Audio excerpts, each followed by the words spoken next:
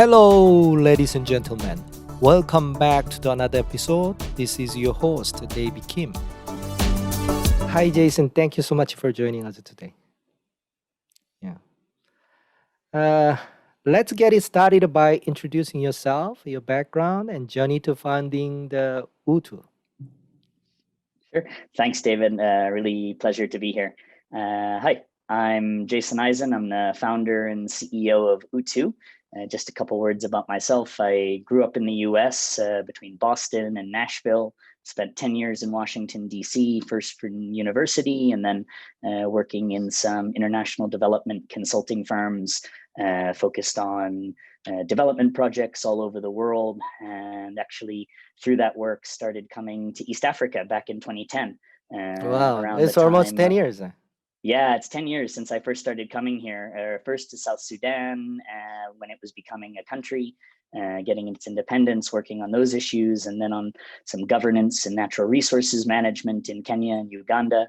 And I just fell in love with Kenya and with Nairobi and the incredible energy of the community here, of the ecosystem of the startup group, the type of innovations. And I had this idea at the time that was quite shocking, maybe. It was a taxi app for Kenya back in the days of early days of taxi apps. I think Uber had just started in the US.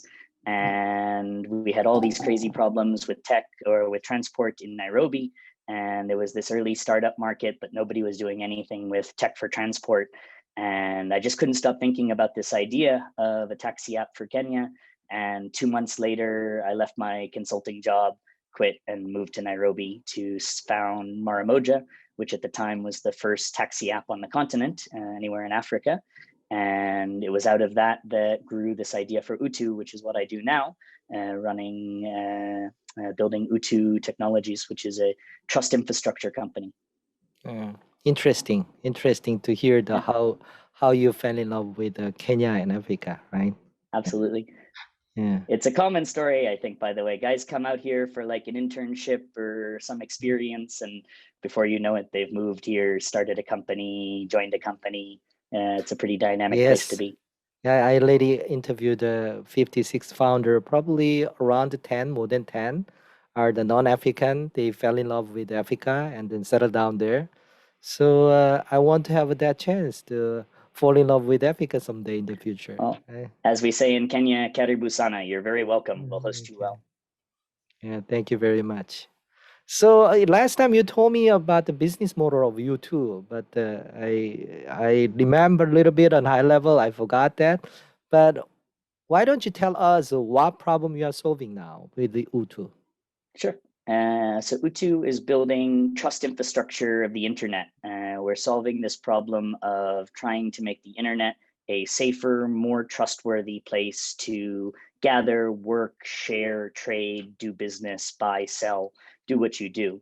We realized that essentially the way we trust in real life and the way we are asked to trust online are totally different, right? In real life, we trust based on relationships, and online we're asked to trust based on aggregated anonymous feedback from random digital folks that we don't even know, and we don't even know if they're real or bots or fake or That's paid or true. any of That's this. right. So we're trying to solve this problem of better digital trust. Yeah, it reminds me of the failure of a CRM, right? CRM asks very simple questions. Do you like our product? You like the toothpaste of the P&G? They say answers yes, yes, yes, and then a lot of global companies spent a lot of money for the CRM. At the end of the day, it has no correlation with the repurchase of the consumer, right? So yeah, you are solving the same issue, same that I mean huge problem. Yeah, it's a really nice observation. Yeah. Yes. So, what is your business model? Please explain how your business model works step by step. Sure. So our core concept is essentially that trust is infrastructure, not a product, right? And it also shouldn't be able to be bought or manipulated. So we came up with this idea of tokenizing trust to make it unbuyable and unmanipulable. So we collect data from users and store it on their behalf. It's still under their ownership and control. We believe in data privacy and privacy as a right. So we're not a company that's about owning people's data, but more about providing them infrastructure and tools to let them reclaim their data and put it in service of their own objectives. So we have some marketplace infrastructure, essentially APIs and SDKs that platforms can integrate and query our system on behalf of their users to essentially get better recommendations for their users on which service or service provider they might want to choose. So this idea of trust as infrastructure rather than as a consumer-facing platform where we try to go and attract every user in the world to leave reviews on our platform, but we have no way of understanding if those are real reviews or fake, which is the problem that most of our legacy competitors have, or worse, if maybe the company that's trying to sell you things provide the trust mechanism themselves, and then the consumer is wondering, well, is this company manipulating what I see? And even on some of these platforms, we know that they let companies pay them to hide bad reviews and things like Yes. this. So Yeah. that's what we're trying to solve for, both with our tech and our business model. So how do you make money? Yeah, so every time a platform queries our API, we're charging per query. We wanted to set it up like this, kind of pay as you go based on consumption, on the idea that all platforms, big or small, should be able to access better trust for their users. Got you. Yeah. So who are the competitor? I don't think there is exactly same business model out there, but who are the competitor? How do you differentiate your services against others in the market? Yeah, it's a really important question and point. There's not necessarily direct competitors, companies that are offering exactly what we offer with a small twist. I would say we have a lot of legacy competitors. Things like Trustpilot and Yelp and TripAdvisor and Google reviews are essentially services that people have been, quote unquote, buying trust from for some time. The question is, can you actually trust what's there? And I think the consensus around the internet these days is that you really can't. Every day there's a lot of news and stories about fake reviews, about manipulation, about review farms and bot armies and fake follows. So we know there's a lot of problems here, and their underlying model of trust is even misunderstanding the role of human trust, right? Trust is infrastructure. It underlies transactions, but it's not a place that we want to go to do a transaction itself, right? So making a user go to a site to buy trust doesn't really fit with, I want to hire this person to perform this service, to fix my floor, to watch my kid, to provide me some other service. And I would like to be able to have that trust built into the platform that I'm already using. So that's one of the key differentiators, is that all of our tools are that type of infrastructure that insert the right information to help you have better trust directly into the process of getting the service you needed. So that's one big difference. And then the other one is really a theoretical difference about how we think about trust. This idea of moving from a universal metric of trust based on like highest ratings from the most people without regard to who those people are, which is really not how we work in real life. If you show me a babysitter that has 55-star ratings from 50 random people and one star rating from my sister, I'll follow my sister and not hire them. Sure. And Yeah. even if it's 500 good reviews and one bad one from my sister, I'll still follow my sister. And so that's the other big change that we make, is moving from this universal model of trust for everybody to personalized, curated models of trust for each individual. Got you. So you are the providing very novel, creative concept, innovative concept to the market. Is it basically B2B business model? You need to make money with the company and businesses? Exactly. Yeah, we're B2B, and in many cases, you consider us B2B2C. Okay. Then is introducing new concept, novel concept into the market. You need to in the beginning you need to build and grow the business into some certain level, right? Then you need to make a lot of investment, in terms of customer communication, marketing, Yeah, or the whatever. So I think it's a fundraising may be very important in the early days of your business model, right? So can you tell us a little bit about your fundraising and sure. what is the biggest challenge in the fundraising? Sure. Yeah. So we've had an interesting history with fundraising. So we're based here in Nairobi, Kenya, and I think a lot of companies that come from non-traditional startup markets, the places that aren't Silicon Valley or I don't know some of the other major hotspots. Sometimes they really struggle to be given a fair evaluation, and people want to think that maybe a company from Kenya is only meant to solve Kenya problems or at most Africa problems. And oftentimes we'll meet investors and they would say things like, oh, wow, what you're doing is so big and so interesting. Why aren't you guys in Silicon Valley? And Yeah, my I came question to have back that is, question. yeah, my Yeah. question back is always, well, why does Silicon Valley have the monopoly on solving really big problems? And we probably need to start adjusting ourselves to the reality that big problems are going to be solved from all over the world. And we've been really fortunate to have some of the biggest investors in the world, like SoftBank Group through their early stage AI SoftBank fund, Deep Vision Core. Fund? Vision Well, no, Fund? they're the Deep Core is their early Okay. stage AI fund. So they made a bet on us to solve this global problem. They're thinking beyond the typical places. And so we've been fortunate to, because we are so passionate and solving this huge global problem, to find this network of investors that around the world, almost on every continent, that see our vision and share it. But it definitely was very difficult in the early days to overcome this typecasting of a Kenya startup. And we've also leaned on some alternative means to raise funds.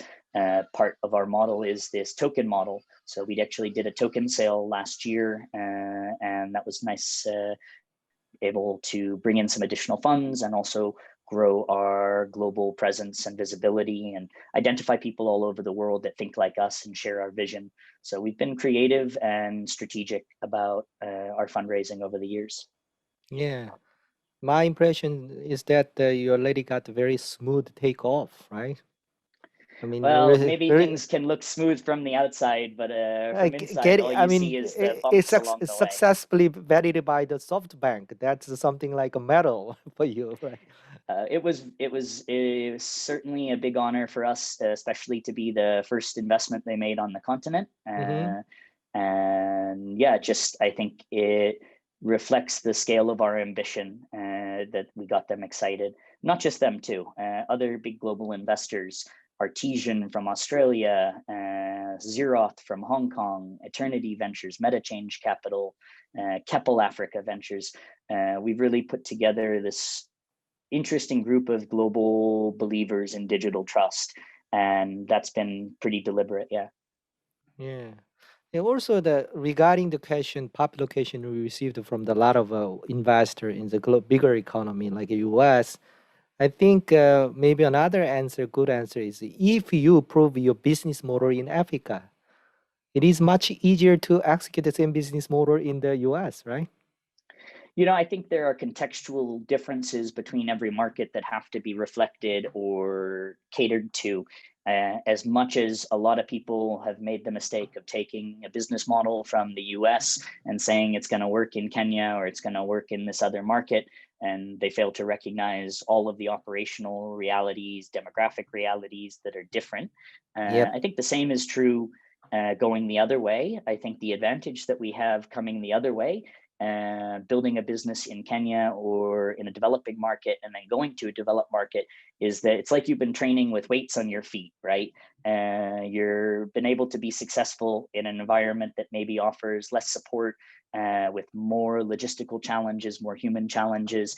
And so I think there's a lot of resilience that gets bred into a business that comes up in a more challenging environment like that. Yes, agree. I mean, every market has a unique requirement and differences there.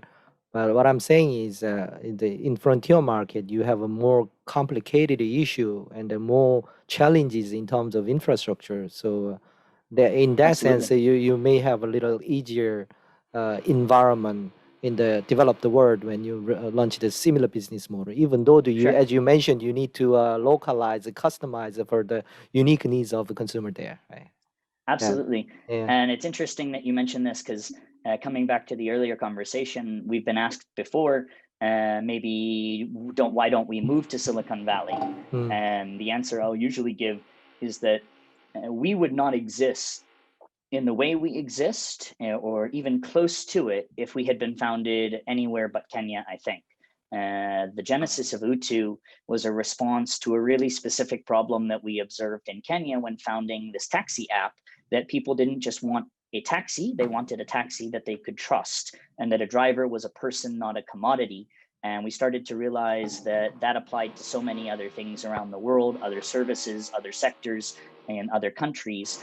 And which next innovation around trust would we lose or miss if we moved to a high trust environment, say like Silicon Valley?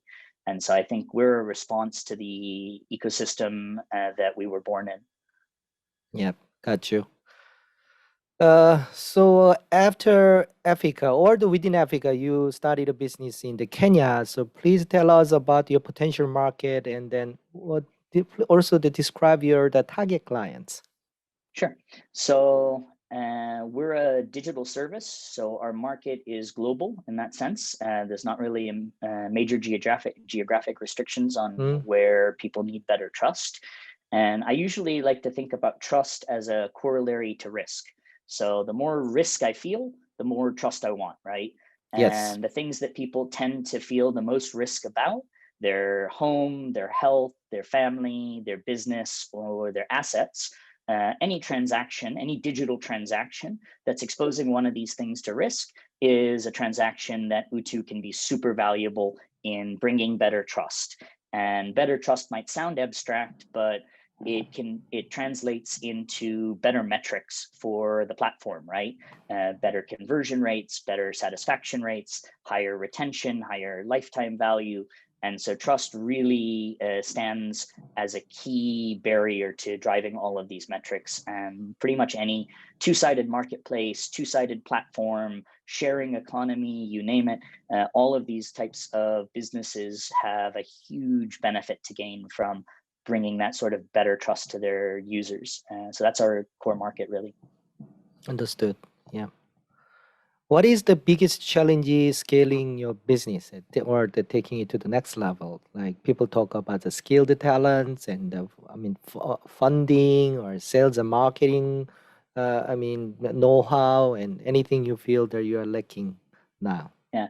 Yeah, I guess the biggest challenge is whatever we're facing today, and it Yeah. changes every day, right? Right.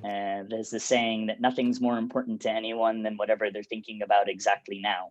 And so as we grew, or as we've grown, and as we'll continue to grow, our challenges change and evolve.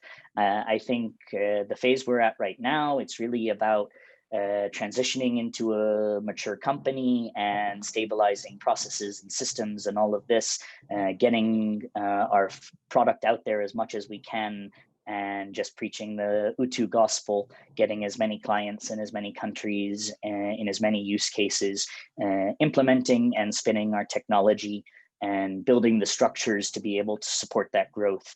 Because for a long time, we've been really lagging behind the demand for our product. This huge pipeline of clients around the world that want to use your service, and you have to tell them, hold on, we're still building. So things like that. People are always a challenge, but I think for us, finding great people has always been a function of the big problem that we're solving and how passionate we are about it. And I think smart people tend to gravitate towards really big problems. And there tends to be a big overlap between intelligence and passion, I find. And so that's really, those are probably our key challenges, at least today and historically. Who knows what they'll be next time. Yeah. How do you find the smart people? It is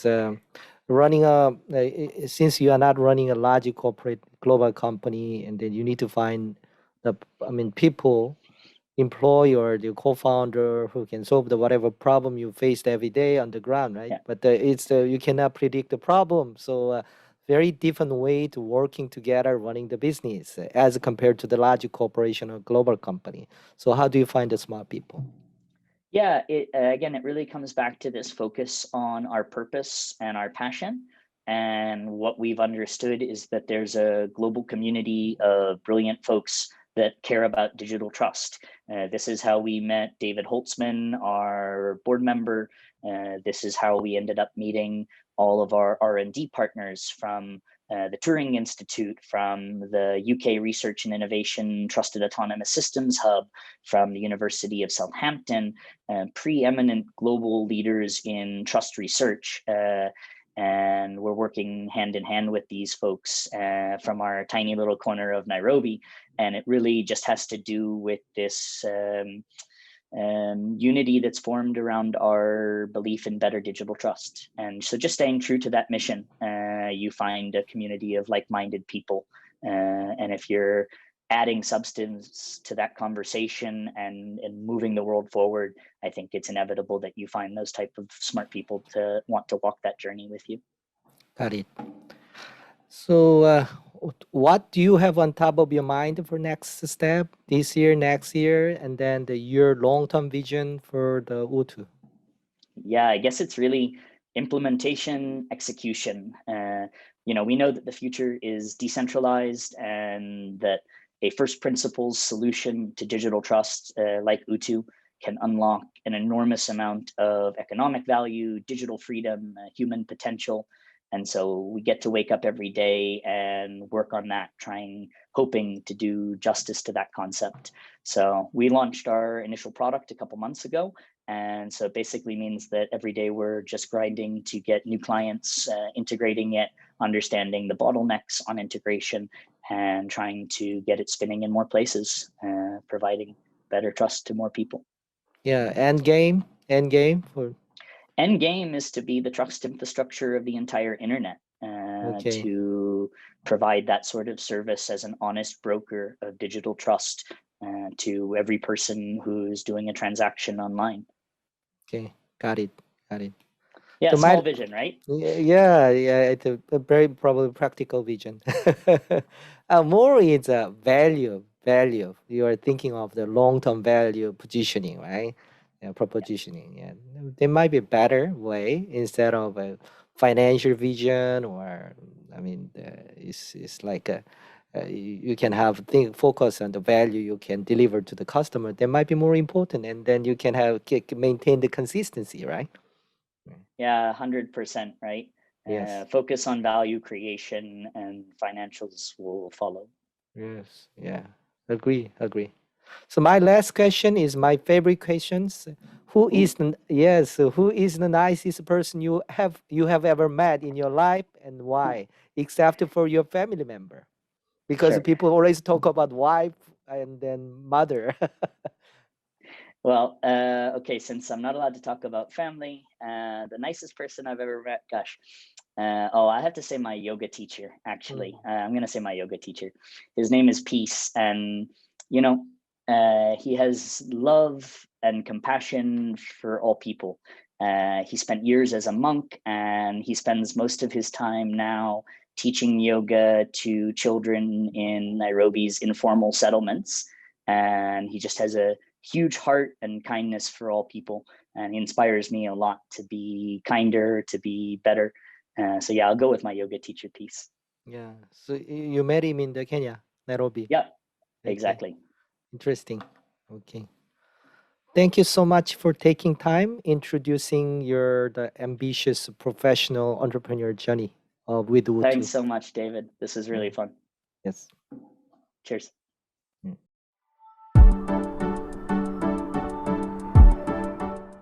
Thank you very much for listening to this episode. Don't forget to subscribe to the podcast, share with a friend, and drop me a review.